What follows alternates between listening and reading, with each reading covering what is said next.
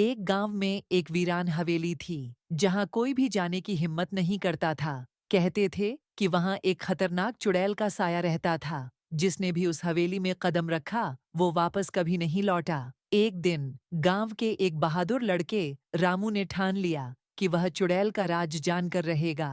रात को रामू चुपचाप हवेली में पहुंचा। हवेली के दरवाजे पर ही उसे ठंडी हवा का झोंका महसूस हुआ। जैसे ही उसने दरवाजा खोला, अचानक से एक परछाई उसकी ओर बढ़ने लगी। रामू ने हिम्मत बांधी और पूछा, तू कौन है? तभी एक दर्दनाक आवाज आई, मैं उस स्त्री की आत्मा हूँ जिसे इस गांव वालों ने धोखा दिया था। अब मैं बदला लेने आई हूँ। रामू ने चुड़ैल से उसकी पीड़ा का कारण पूछा।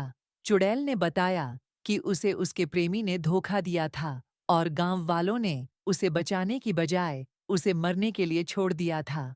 अब उसकी आत्मा बदला लेने के लिए भटक रही थी।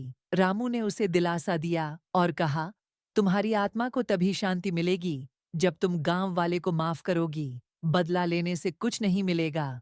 चुड़ैल कुछ देर चुप रही और फिर धीरे धीरे उसकी परछाई गायब हो गई। उस दिन के बाद गांव की हवेली फिर कभी खौफनाक नहीं रही। क्षमा से आत्मा को शांति मिलती है।